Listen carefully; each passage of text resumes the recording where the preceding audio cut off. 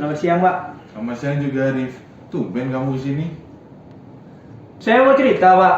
Saya sebel. Masa iya saya dituduh nyebar berita hoax sama si Sony, Pak? Ya saya berontak, Pak. Begitu ya.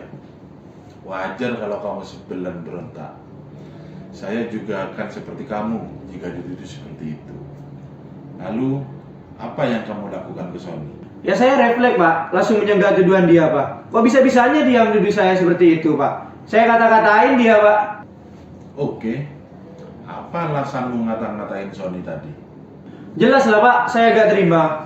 Masa dia udah pagi-pagi ngatain saya nyebar berita hoax? Ya saya bela diri, Pak. Saya spontan ngata-ngatain dia, Pak. Wajar kalau kamu membela diri. Logikanya memang seperti itu. Syukurlah kalau kamu tidak berbuat yang lain. Kalau sampai terjadi tindakan kekerasan, bisa bahaya ke depannya. Ya itu, Pak. Untung saya tidak gegabah dan bisa mengontrol emosi saya, Pak. Padahal, Pak, aslinya saya sangat sakit hati, Pak, mendengar ucapannya, Pak. Pilihanmu benar sekali. Hebat kamu bisa mengontrol diri dan masih bisa menahan diri. Untung tuh si Sony, Pak. Oke, sekarang kita fokus ke tindakanmu yang ngata-ngatain Sony tadi. Kira-kira tindakanmu tadi sudah sesuai dengan keyakinan kelas atau sudah sesuai dengan prinsipmu, nak? Tidak, Pak. Sebenarnya saya orangnya gak seperti itu, Pak. Saya juga gak suka dikata-katain balik, Pak. Jadi, kira-kira mana keyakinan yang sesuai dengan keinginanmu? Sebenarnya saya adalah anak yang ramah, Pak. Namun karena terbawa emosi, jadi saya menunjukkan sikap yang seperti itu, Pak. Pastinya kamu yakin kan? Kalau menghormati penilaian teman itu penting. Ya, walaupun kadang penilaian itu salah. Iya, Pak. Saya yakin. Nah, itu kamu paham. Kita semua memang harus saling menghargai. Kalaupun ada omongan-omongan yang salah, ya kita harus luruskan dengan hati yang sabar. Tapi ada juga keyakinan yang harus kita pegang, yang perlu kita terapkan apabila kita merasa kesal dengan orang di sekitar kita. Bukan begitu, Arif? Ya, saya bisa mulai dari diri saya sendiri, Pak. Saya harus bisa menahan emosi dan berpikir secara positif untuk apa yang akan saya lakukan ke depannya. Bagus itu.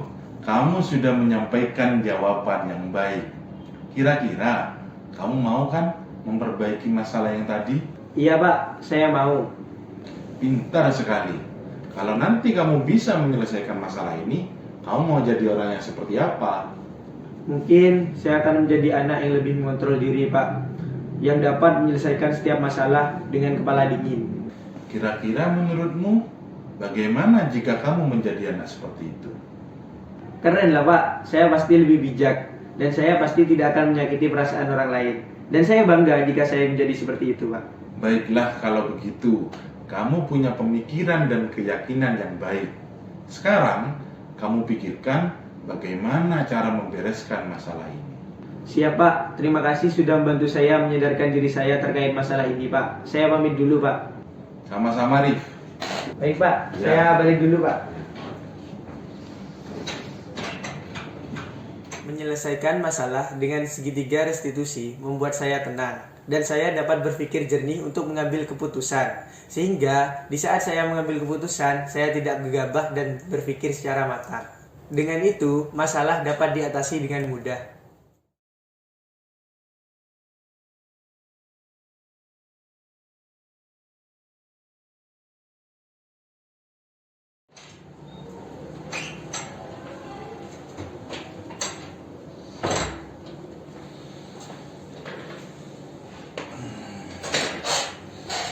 Ya, Budi, saya dapat laporan dari Bu Putri.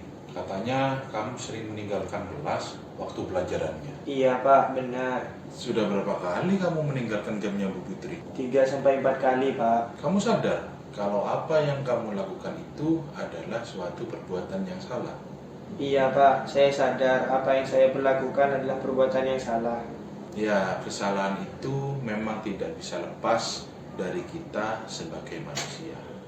Ya, tapi kita harus belajar juga bagaimana caranya agar kita tidak mengulangi kesalahan yang sama. Paham kan? Paham, Pak. Apa yang telah kamu lakukan itu pasti ada dasarnya. Kira-kira apa alasanmu melakukan itu, Bun? Saya jenuh, Pak. Pelajaran Bu Putri sangat sulit bagi saya, Pak. Kamu masih ingat nggak tentang keyakinan kelas yang sudah kita sepakati?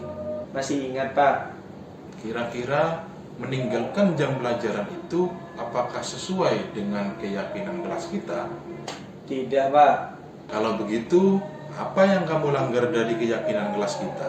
Saya tidak disiplin, Pak. Nilai disiplinlah yang saya langgar, Pak. Menurutmu, disiplin itu penting apa tidak sih, Bud? Penting, Pak. Karena dengan disiplin saya dapat membuang kebiasaan buruk pada diri saya, Pak. Lah, itu benar. Membuang kebiasaan buruk itu memang harus dilakukan, Bud, agar kita dapat lebih menghargai tentang apa yang ada di sekitar lingkungan kita. Ya, jadi tidak ada masalah yang menimpa kita ke depannya, begitu ya. Iya, Pak. Saya akui saya menyesal sekarang, Pak. Saya akan menemui Bu Putri untuk menyelesaikan masalah yang telah saya buat, Pak.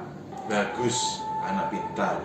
Apa yang kamu ucapkan barusan itu adalah bukti bahwasannya kamu masih semangat mengikuti pembelajaran di sekolah ini.